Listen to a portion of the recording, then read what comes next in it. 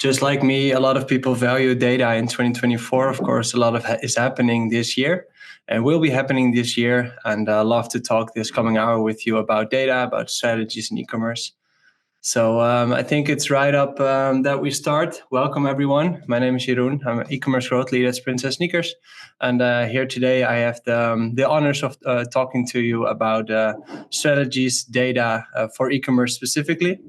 I'm already enthusiastic within e-commerce since 2015. I've been following web shops, I've been following behavior. I've done neuromarketing courses to really understand what happens in the head of the consumer.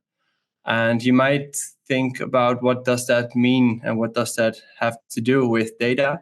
And actually, it has to do everything with data. It has to do that you know who your customers are, that you have to gather all the data about who your customers are and do something about it. And in the end, it's not only about gathering data, but also something about what you do with it. So the next coming 45 minutes to 50 minutes, we'll talk about how to gather data, what to do with it, and how you can really use it in 2024. And for myself, what I always experience when following webinars, it's hey, look at bulb.com or Coolblue and look at what they do. And there's always the gap between what small, medium enterprises can do with that data. There's a big gap, right? Bulb.com has it all figured it out, but what can I as an entrepreneur or as a marketeer do when I have less budget, but still really value personalization? So that's what we're going to dive in. I hope you find inspiration today. Just leave your phone away, and I would recommend you to try to write down 2 or 3 things that you need to do today or tomorrow to work towards your data-driven strategy. There will be a Q&A by the end of this webinar, and I would love for you to have some interaction in the chat. So sometimes I'm going to ask you a question about what your challenges are, and please respond in the chat with your answer. Max, the moderator, helps me. He is behind the desk. So if there's any question that I cannot answer in the end, I will follow that up in email. So without further ado, let's dive into it.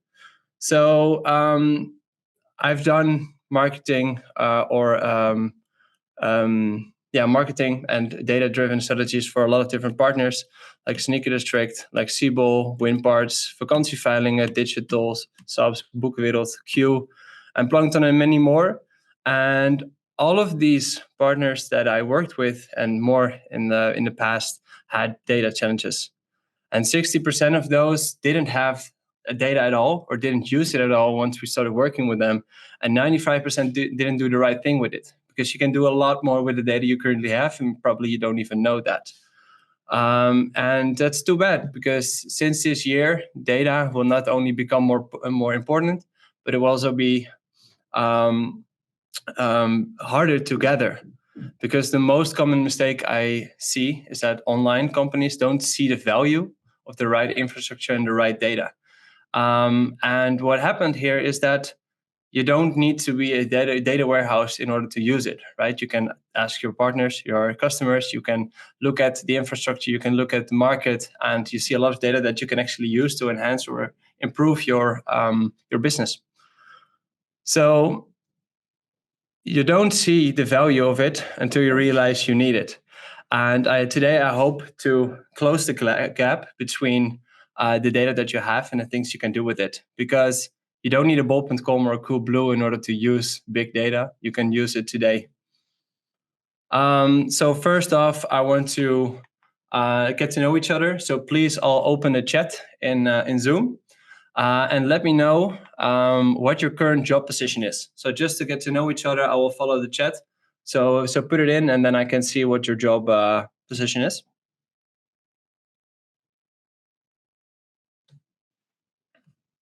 Is there some coming in, Max? Chat is disabled. We have a small thing about the chat being disabled. Let me 1 second.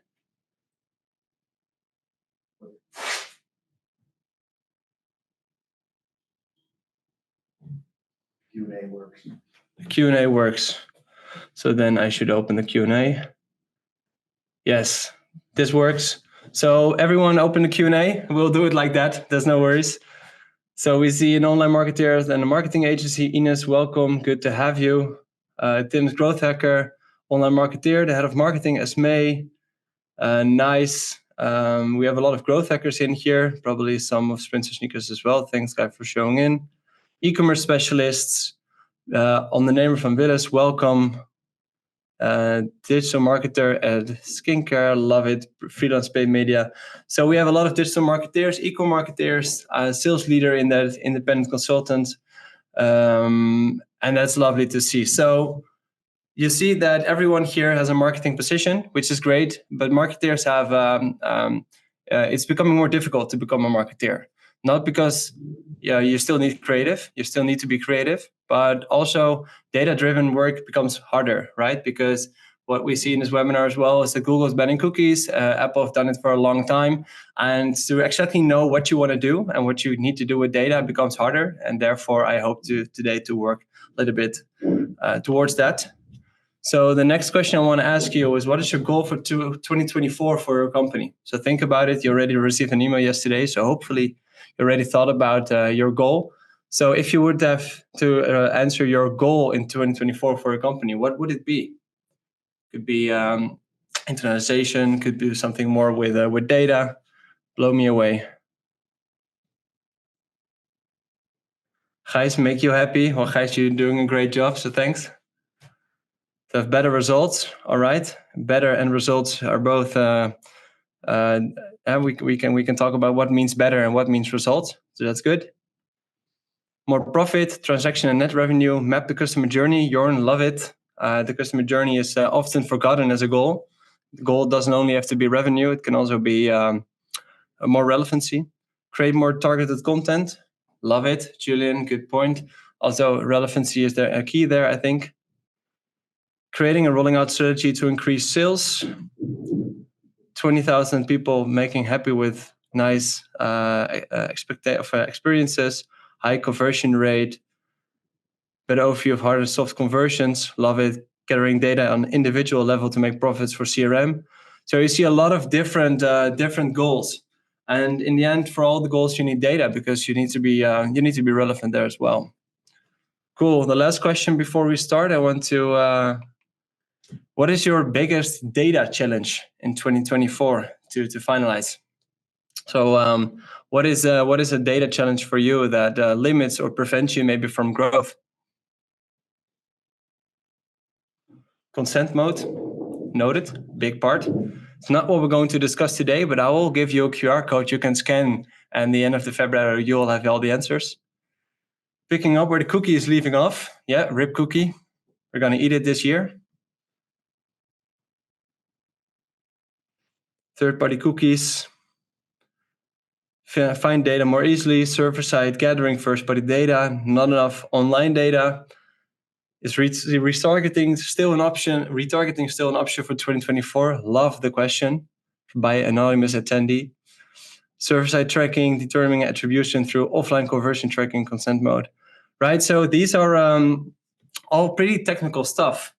And now I know from experience that not everyone likes the technical stuff. I do. And I think we are at Sprinter Sneakers, we really love technical stuff, technical challenges.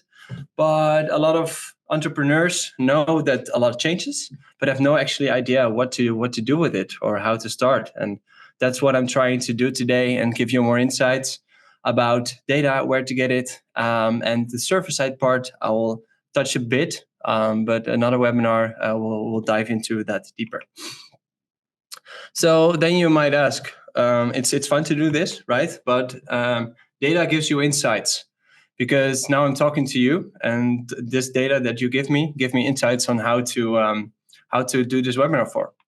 Also, data helps you understand. So now I understand your challenges. Now I understand that first-party data, cookie tracking, what data do you need, is also in your head. So my assumption was that it was an important topic, and now I got validated that indeed people like me and people here also find it an important topic.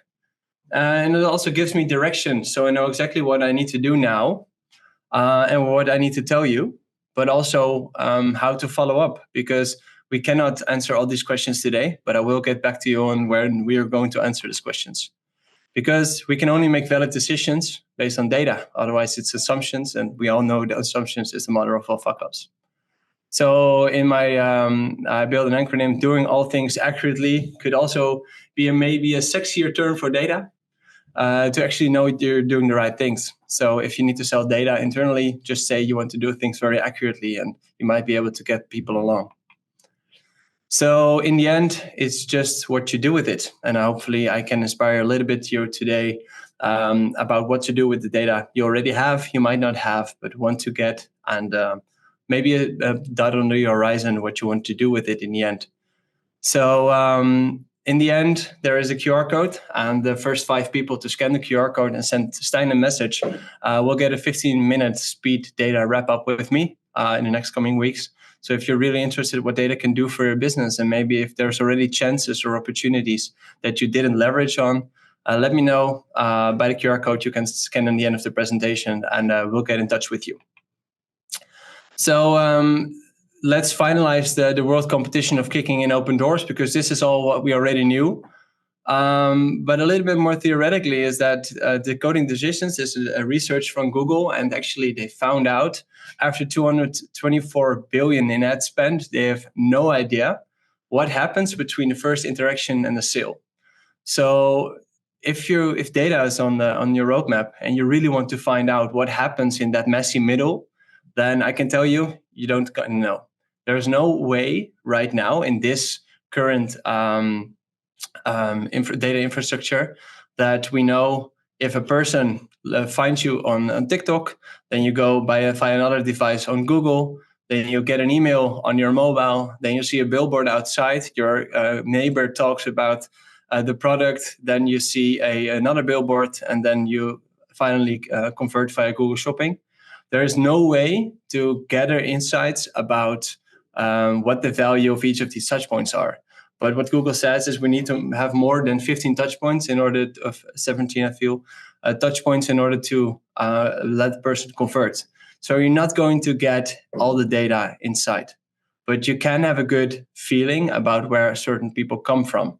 And I'm not going to tell you right now, but it will get clear on my view on how to get it the most. So instead of thinking about what you can all do, start measuring what you can today. And this is really what I'm going to emphasize. So let's dive into it. One of the things that I find sexy is the data, but not everyone finds it. But we need a little bit of background on where we are right now, because in the last couple of years, we saw a lot of developments within data. So in 2017, Apple Safari started tracking prevention. Then in 2018 and 19, Firefox already blocks the third-party cookies, and Safari did it after the first 24 hours. So if you would click on an ad and then 2 days later convert, then you didn't even see the results in your ad because Apple blocked the cookies. And Google then talked about banning cookies. So we see Google is a little bit behind on other platforms. They talked about it, but other parties already did it. And you will see this year, they're really going to start it. The thing from marketeers, iOS 14.5, of course, the beginning of the blocking of data in your campaigns. So we saw a 50% decrease in results in platforms because Apple prevented tracking with apps and services. Then this year, a lot happened. But the most important thing is that the deprecation of the third-party cookie, Google announced they revised the timeline. Meta got a big penalty. I see a note of someone that you are watching the screen of your room, but it's black. Can you see my screen right, Max? Yeah? And maybe the person that cannot see my screen, just try and re-enter the webinar. Maybe it helps for you.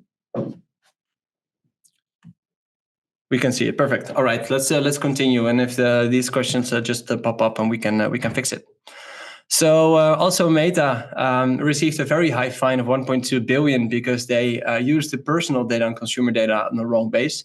And in the end, they put a price on privacy. In October, they revealed that you can pay $10 to $14 to ban or cancel all the personalization ads.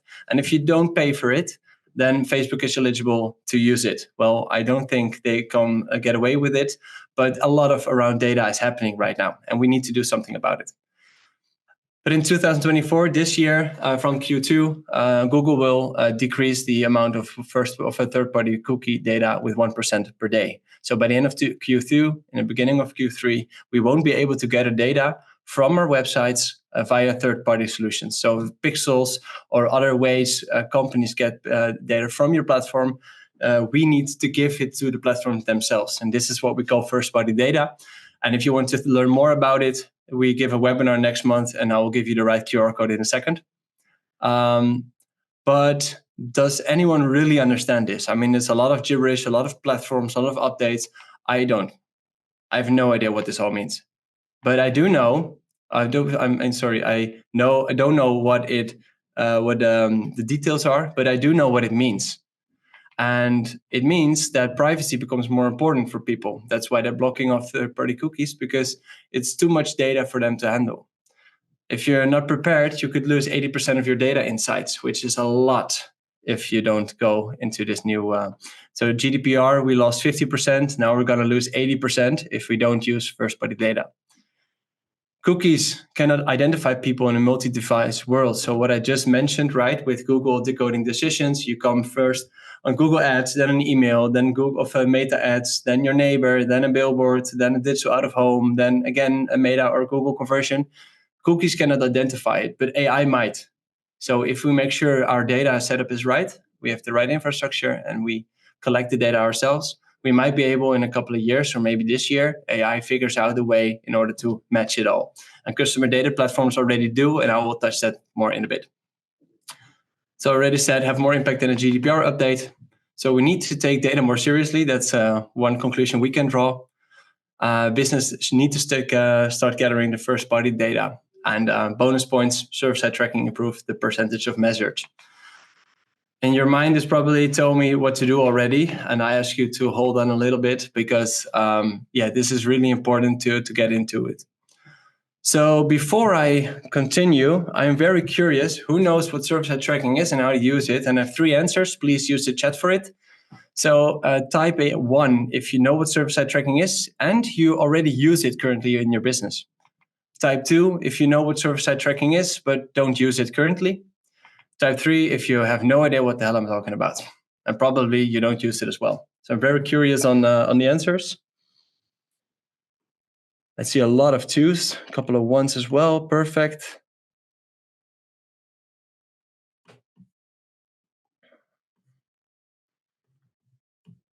Type 2, love it, literally. Some 1s in there as too. Tim Kaiser also with the fun pens on. Type 2, thanks. You forgot the asterisk. 1 in there as well. So it's pretty divided, but I would say if a couple of smart people already have 1. But the most answers will probably be 2. And 3, really, you know what server-side tracking is, but what does it mean and what do you need to do with it? And in order to explain, I'd love to ask to scan this code. I give you a couple of seconds, and this code leads you to our next webinar of the 28th of February with my colleagues David and Sharif, and probably Bob as well. And they will explain you everything you need to know about server-side tracking. I see a question as well about the chat is blocked. The Q&A, just put all your answers in the Q&A. That will work for now. So scan this QR code, attend the next webinar, and we'll give you everything you need to know to be sure you're ready for server-side tracking. And the time frame up until then, you receive emails from us to also prepare already. So instead of the server-side data and the infrastructure you need to build and everything that's around it, I'm not going to touch that more. I'm going to touch about what you can do today in order to work around it. Because the data is nice and all, but you have different data sources you can work with.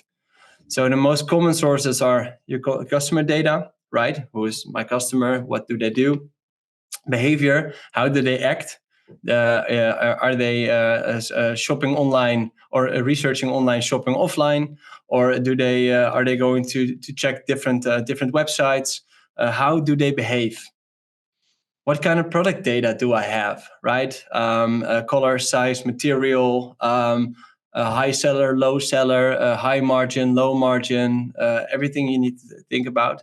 Got business data about seasonality of your products, and industry data. What do competitors do? The influence of AI all helps in the data sources.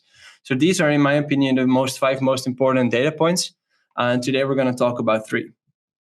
The QR code wasn't scannable. Well, you will get the QR code if you're downloading the slides. So I'll make sure everyone knows the right one. And apparently AI doesn't work quite yet because an AI generated QR code wasn't scannable. But I'll make sure you get it. No worries.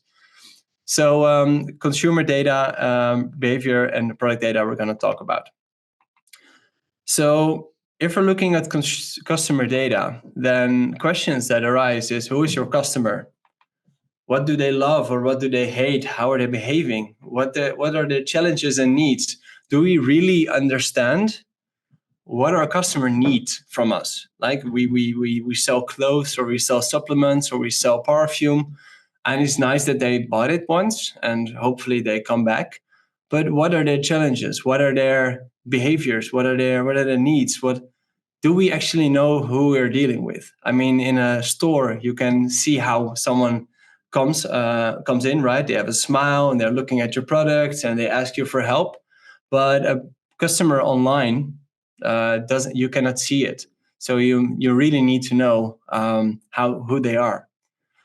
What are their goals? What they want to accomplish in life? How can you add a smile to your customer's face, right? Do you know when they feel good?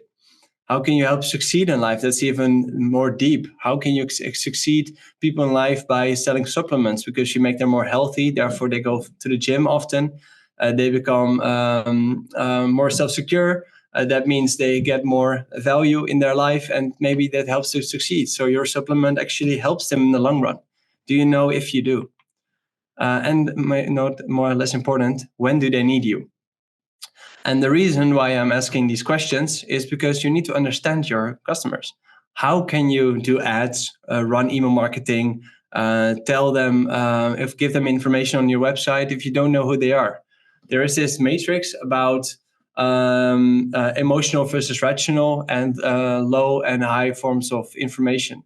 So if you have if you have people on your website that can only process small amounts of text, then please don't give them this amount of text to describe your product, but use bullet points. You can actually A/B test this, but without understanding who your customers are, how can you ever make sure you put your website in communication right for them? So if you look at behavior data, I'm going to do this a little bit faster. You will get the slides, but do this with your team. Do this check. Do I actually have an answer to all these questions? What's your customer journey? How does your customer look for information? How do they look at your products? When does the customer make a decision? What's the experiments of customers? What's the loyalty? Do they come back? And how many times do they come back before they convert? And do the customer love your product? It's all behavior data you can use to do something about it, because you need to be relevant. Then product data. What is your product? What does your product solve? What are the benefits, USPs of your product? How do you use it? You take a pill, you put some cream on. How much cream? How many days can I do with 1 jar of cream?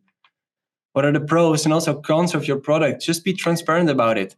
If you go to coolblue.com, you see that there are most of the time 4 or 5 benefits and 1 or 2 cons about the product. And actually in the test, they revealed that putting negative aspects of the product, things they don't solve with it, actually enhances the believability of the benefits of the other product.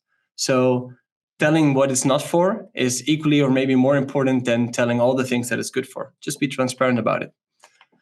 FAQ, don't put an FAQ yourself, but just list all the customer input, reviews, or conversations you have in the FAQ, because if already someone else asked a question, then there might be more. And relevant up and cross-sell. So if you buy a book, then what other books you need to offer as well? Or if you buy a cream, what other cream you need to upsell there? And because you really need to be extensive about it, because imagine what happens if voice search will be introduced, right? I wanted to bring you an example that I now communicate with Siri and ask about her to wear by a pair of shoes.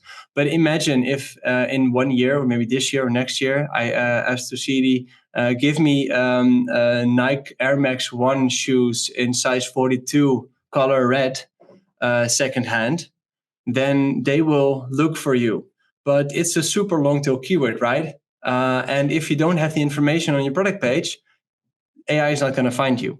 So you need to think about how can people look for my product and what kind of values do they look for, and implement it on your product page and in your product feed and everywhere you need to be relevant. Because if voice search is there and we're going to look for this amount of search queries, you need to have that information.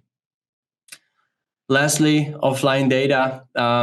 If you know what your customer does, what time they stand up, if they're taking the train towards their work, after work they're going to a tennis, going to play tennis, then they're going to the park, or then they're going to be with kids and they read online or they check for recipes on YouTube, then these are the places you need to be with your communication. So don't think I'm going to do Google and I'm going to do Meta. No, invest time to understand your customer and then look for where they are, on what timing, and then put your communication on that point where they are. Because I saw a question about retargeting, and retargeting is fun, but if you know where your customers are, then that will be your form of retargeting. You cannot do it automatically, but if you know where they are, you can do something about it. So what can you do with this data, right? We figured out customer data, we figured out behavior data and product data. And I have some cases for you, like what can you do with it? So I bought a case of Plankton, one of my partners, and this is the product page, and we already revamped it from the previous page.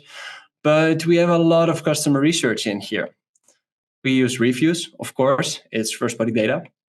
The USPs that we have, we surveyed on what they feel like the most important things are. And one of the findings is that one natural ingredient is the most important factor for them to convert. So put it on top. Also, 71% of our partners chose directly for a subscription. It's not light. Also here we surveyed. The A/B testing, the business data, all kinds of data here. It's from first-party data. And it increased 31% in membership add to carts.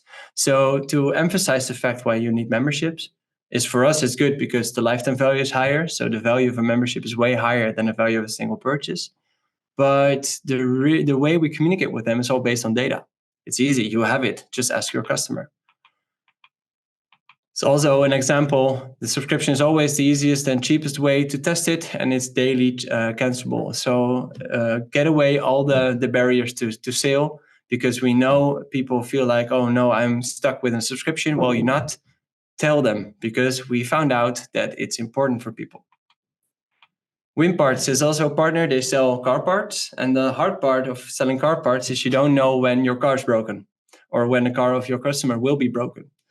But what you can do is they have a license plate scan. And this was my old Nissan Micra that doesn't work right now. But if someone makes a purchase, the license plate is in the backend. And the license plate we could match with a database, which gives us information about car type, when to do the APK, the check of your car check, what the most common damages are of your car and the most bought parts. And you can help this to build profiles like people like you. But what you could also do is you have a newsletter for Volkswagen users. You have a newsletter of all the users. And only a little bit of personalization here, because we knew about license plate, what kind of types they had. We increased the open rate with 45% and the click rate with 404%, only because we are a little bit relevant. So these data, it might be hard to get this, but it's an easy example on how to become relevant. Because if you use the data you have now in order to become more relevant, then it will increase. And I will show you later how much that will increase will be. Vakantieveiling is also a partner, and we did a viral giveaway for Disney, so people could win a trip to Disney. And 1 point you could earn by give your opinion about vakantieveilingen. So we did that, and we got 11,280 customer responses, and a lot of them went about that they need to pay admin costs for every sale. So what we could then do is, on evenings that we don't run a lot of business, then we can say, okay, it doesn't matter how many deals you win, you only pay admin costs once. And you can imagine what that does with your business case. So In this case, getting the customer responses has a positive influence on how you run your business. So listen to your customers carefully. And this is first-party data. Everyone has it. And of course, a viral giveaway gets a lot of nice leads, followers, and reviews. So if you have any questions about that, let me know and I will gladly help you. But data is useless without context. You can't pour data on a broken bone and heal it. You can't pour data on the street and fix it. Data is only useful if you apply it for useful benefits. And I now give 3 examples or 3 categories in which you can use data today with your team and answer these questions. And I'll give you some suggestions on how to use it. So the easy part is ask your customer additional questions. Use it to segment your email. Ask feedback for your customers and use it in advertising. Why did you buy? And then obviously use that title for your ads. Ask why customers bought your product specifically and use it on the website to inform other people why others bought. Ask what your customers need next to your product. So if you use supplements, what supplement also do you want to take? Yeah, this supplement B. Okay, well then we could think about introducing that product. Ask why customers don't get a subscription, remove barriers. Ask how customers would recommend you, then show an email. Ask customers what could be the reason why you would leave me. Just ask it, because the results would impress you. That if you would ask people why they would leave your business or why they would buy with your competitor, it will give you great insights about things that they would hold them back. And you can use that for product improvement, but also to improve your website. And these things you could start with today. In this first-party data, you don't need CDPs for it. You don't need high-tech infrastructure connections with it. Do you actually know who you're doing business with? Because in a store, it's easy. You can ask them. You can ask about their day, but it's not how online works. So you need to analyze and understand your customers, because how else are you going to communicate the benefits of your product or service? Don't be afraid to ask the question. So moderate examples or moderate complexity examples are check how people use your website. So use Hotjar, everyone knows it, to observe, but also check why they don't buy and ask right before they click on the cross and the edge of the screen what held them down or held them back from purchasing. Ask them about for instance, did you miss information, or did you miss reviews, or didn't you believe in the product, or what drew you back? Because you can use that to optimize your website. Analyze the customer journey. How many people started on your website, view the product, added the product to their cart or wish list, started checkout and purchase the product. Like what's the drop down in every step, and then analyze what the biggest drop off is, and try to make your website a little bit better there. This is a real open door, but really in 95% of the cases that I see, businesses still make it super complex about the information on the product page. Make it easy, make it fun to read, engage with your customer and listen to them what they need. Calculate the value of your customer. What we did with Plankton is to calculate what the value of a person was over a long time. And then think about, okay, can we spend less or more on acquisition? And the results were really surprising, which of course I cannot share, but I would love for you to understand like how much is a customer worth to me and what does that impact on my acquisition strategy. Test propositions on Meta. You think first, ask people what the unique benefits are for them, and then A/B test on Meta on awareness ads, for instance, the propositions, and then see what works better than the other one, and then improve that for your communication. Investigate the wow moment. So if you would buy a supplement and you try it for the first time, what is the period for people averagely that they feel an improvement? And that's the moment where you need to have all your customers too. So for instance, if it takes 3 weeks to get the benefits, then make sure you communicate in 3 weeks. Call the client, hey, have you had the moment yet? Check in 3 weeks if the open rate on your emails is better. Check in 3 weeks if you send them an extra thing because, hey, they experienced the wow moment. Then give them another package and they're like, whoa, they're blown away. And that's the moment they become ambassadors. So knowing what the wow moment is in the customer journey of your customer really is, well, maybe the most important first party data there is. And yeah, fun and all the important of the hard connections, but this is the most value you can bring. Of course, it's check the best performing products, right? Of course, winter tires work better in the winter. You might know, but know in which month your products work the best, and then use last year's data in order to set up campaigns for this year. So Valentine's Day is coming. Just know what kind of products sold best last year and put an advertisement on there. It's super kicking open doors in, but it's staggering to see how many times I see it doing wrongly.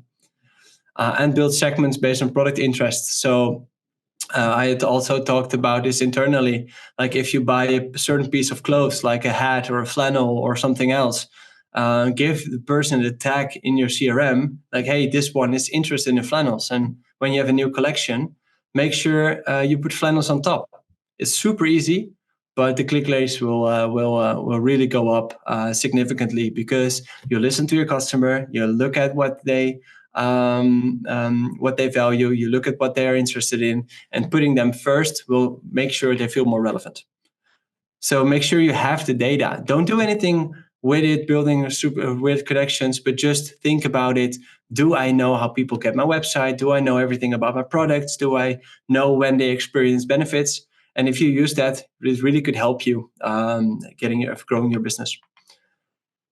And in the pro case, well, I think everyone heard about this, the customer data platform, and this does all the work for you. So I would recommend first trying to contact the customers yourself because it really learns a lot. Then do analyzing yourself so you can improve your website, your communication.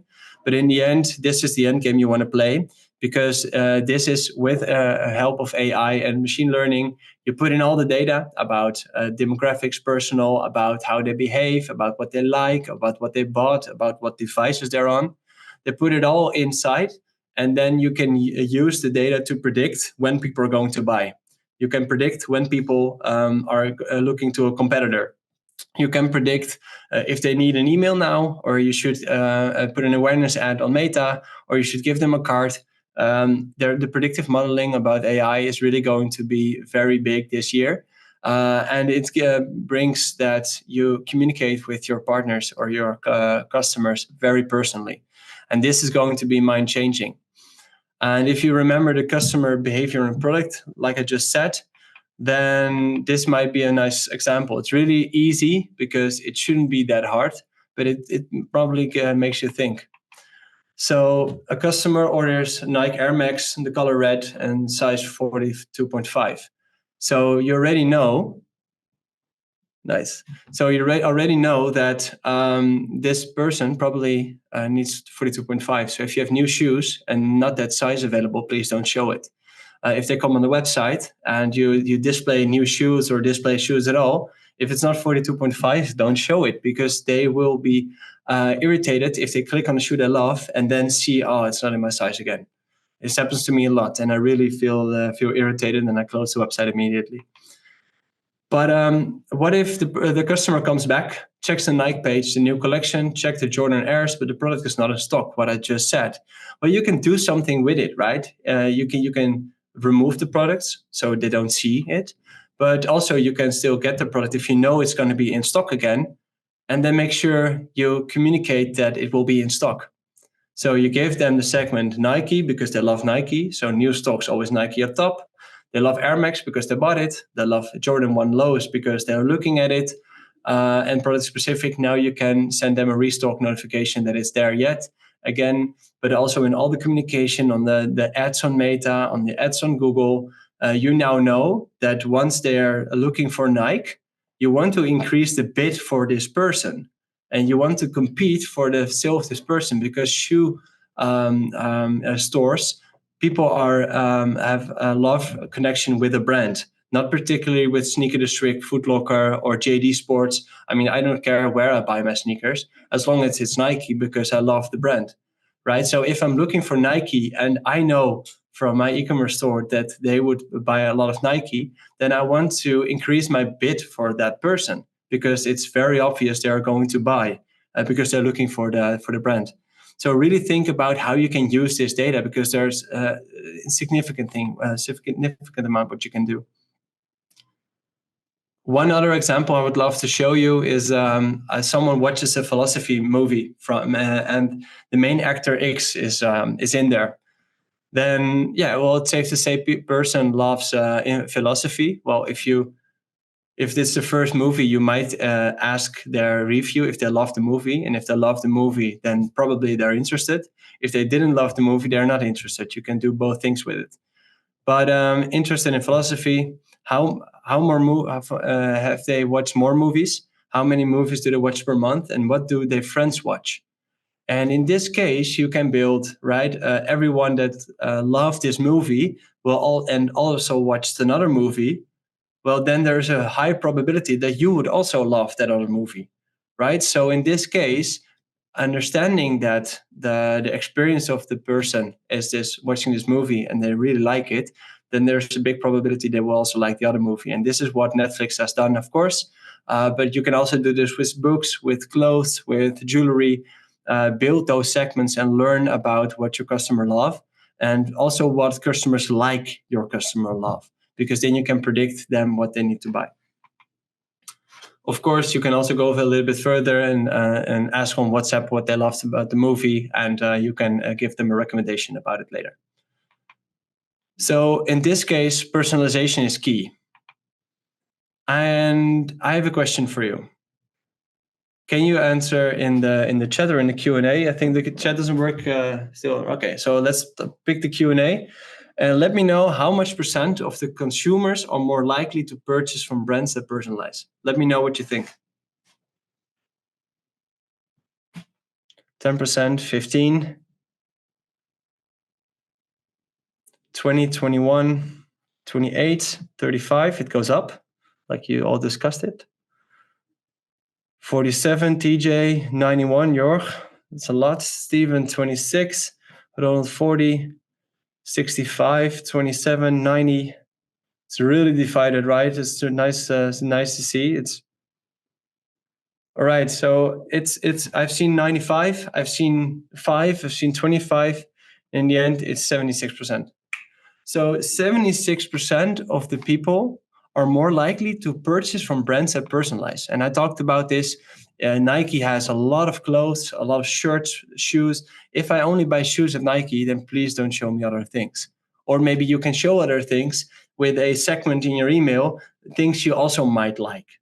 But don't start with shirts and hats if I only bought shoes the last 10 times. So make it personalized. Another question. How much of the marketeers see a positive ROI when they use personalization in their campaigns? So again, pick the Q&A and let me know how much % of the marketeers see a positive ROI change.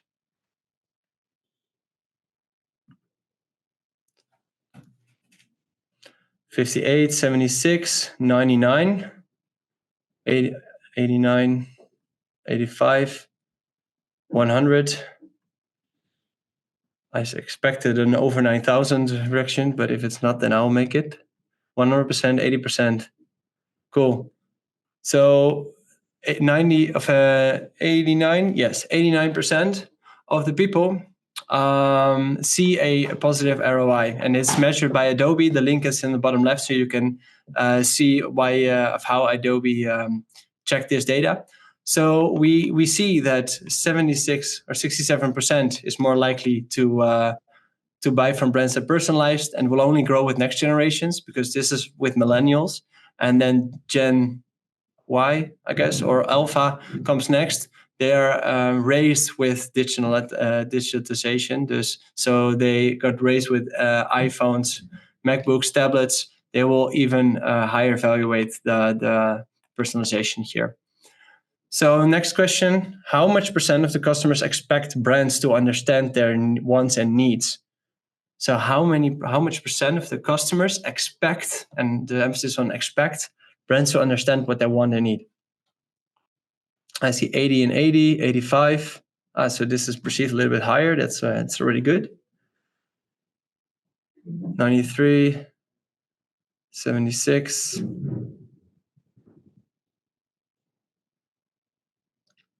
Nice one from NL Onk, especially the younger generation expect this, I think.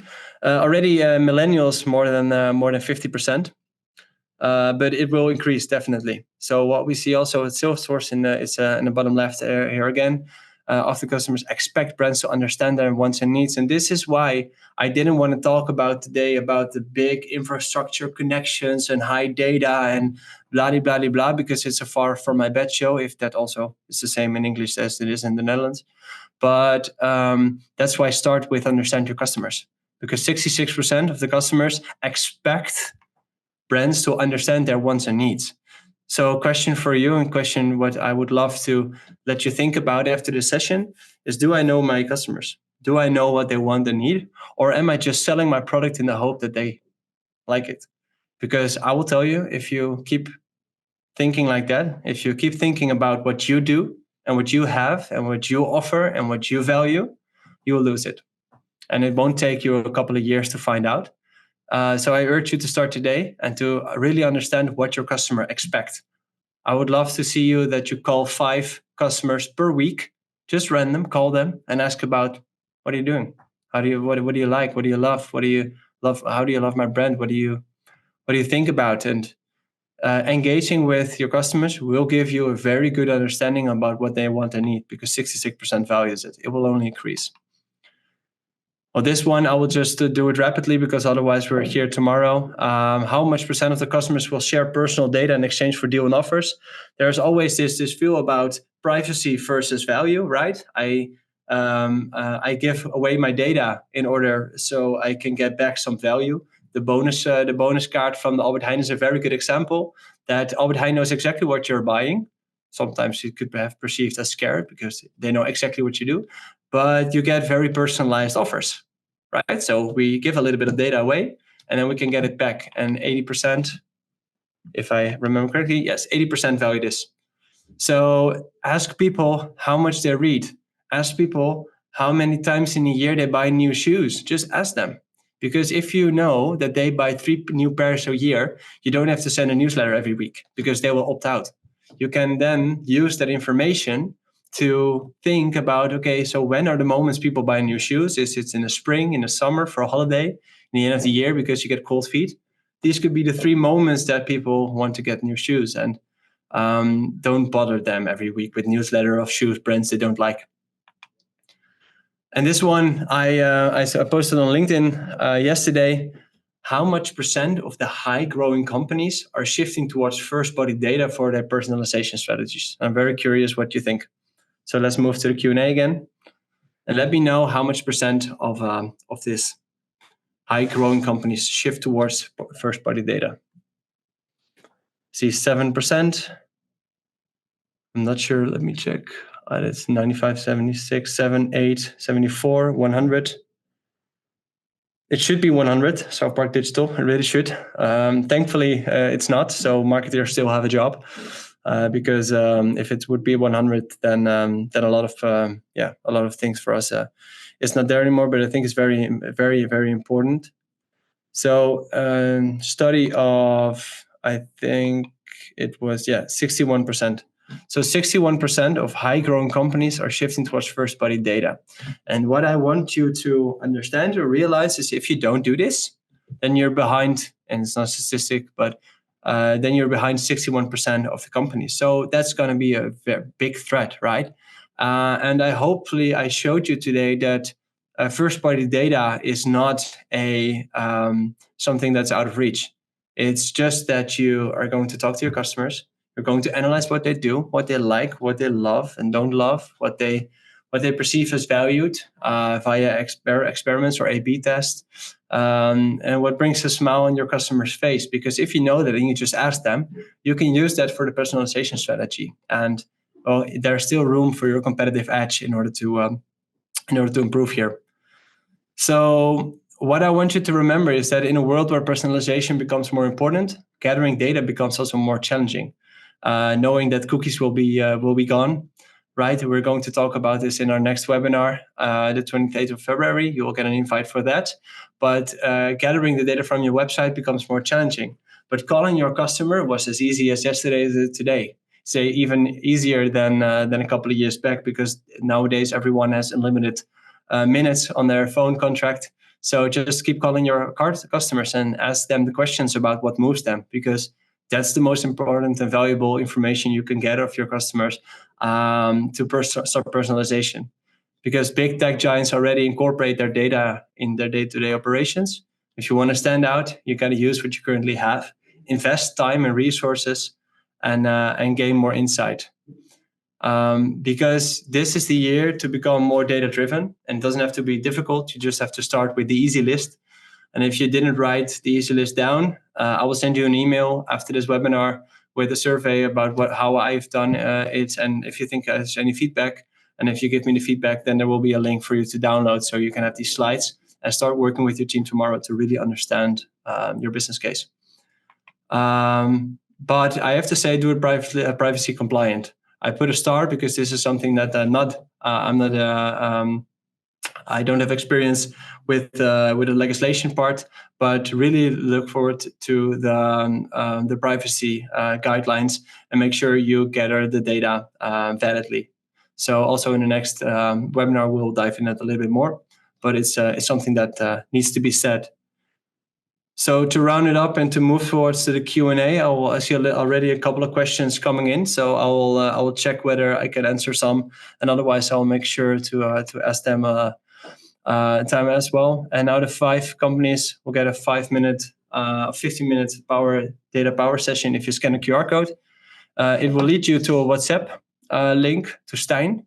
And if you put your email in there, then the first 5 people that send the WhatsApp to Stijn will get the power session. We'll get in touch with you to analyze what you already have today, what maybe the quick wins are if you already have the data, what we can use with it, and then of course building strategies now to how to do more with it on the long term. So I'm going to put this up a little bit, and in meantime, I'm going to see if I can answer a question. Esme asked, do you think customer always wants something in return when answering questions like this? And is a free gift or a discount always the best reward? How do you see this? Love the question. Thanks, Esme. Cialdini said with his reciprocity tactic that people give more if there's something in return, but the return doesn't have to be discount or part. The return can also be that they can get into a test panel with you, so you become really valued by your brand. So for instance, hey, I want to have your feedback, and 5 people that filled in the feedback form, we will ask you to join our test panel and you'll become our VIP member. It's way more valuable to your customer instead of giving away a discount or a code.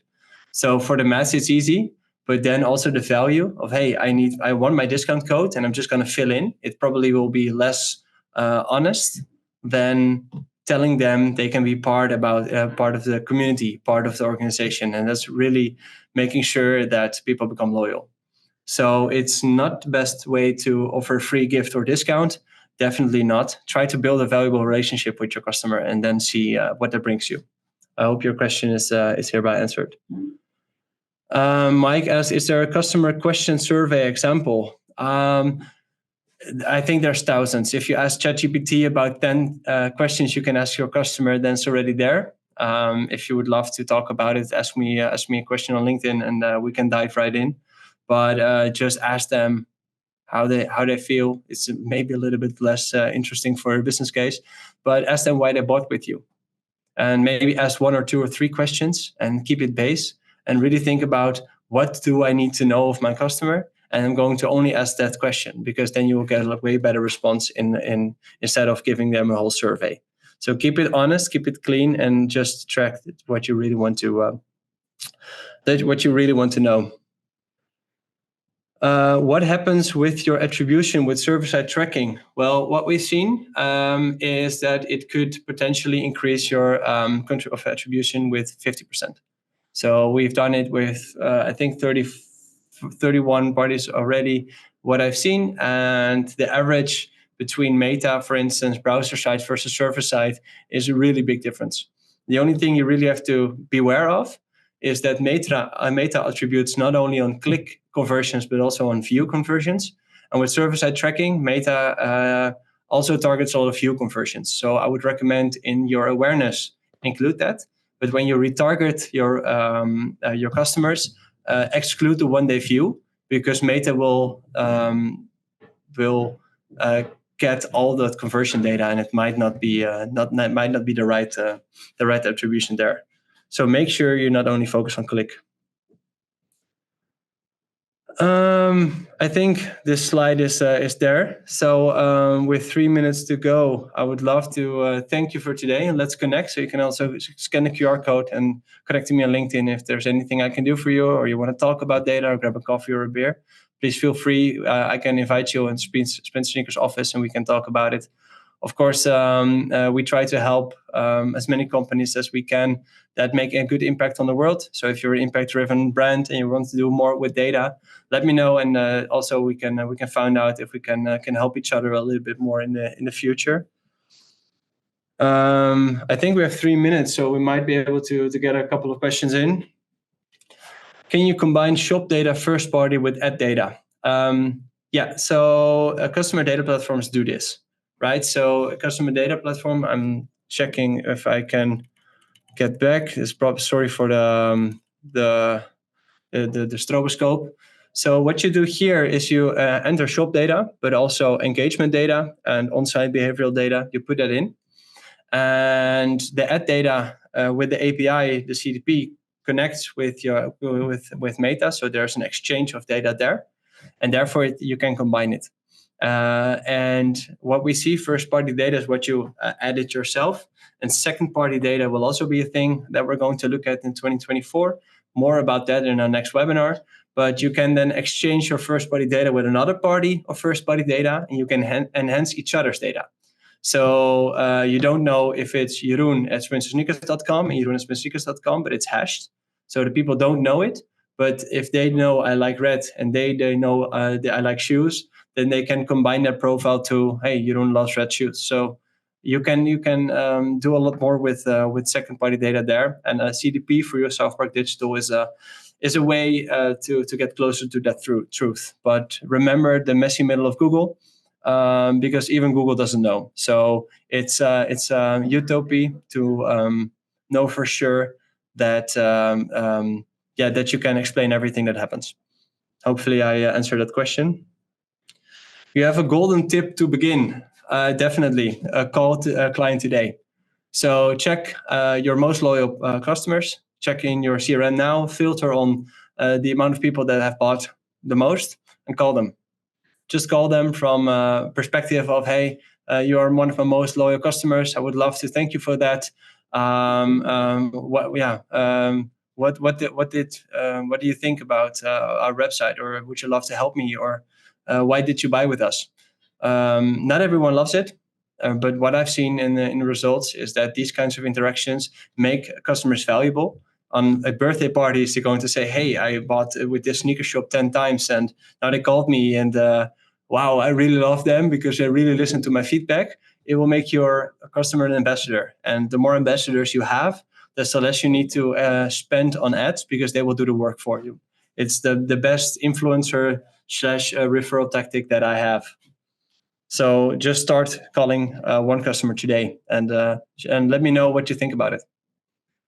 So it's 2:00. If there's any questions, I will send an aftercare email later today. If you have any questions, please respond. It will come in my mailbox, and I will try to do my best to answer as soon as possible. Love for all your attention and insights today, and hope to see you the 28th of February at the server-side tracking webinar. Thanks, and bye-bye.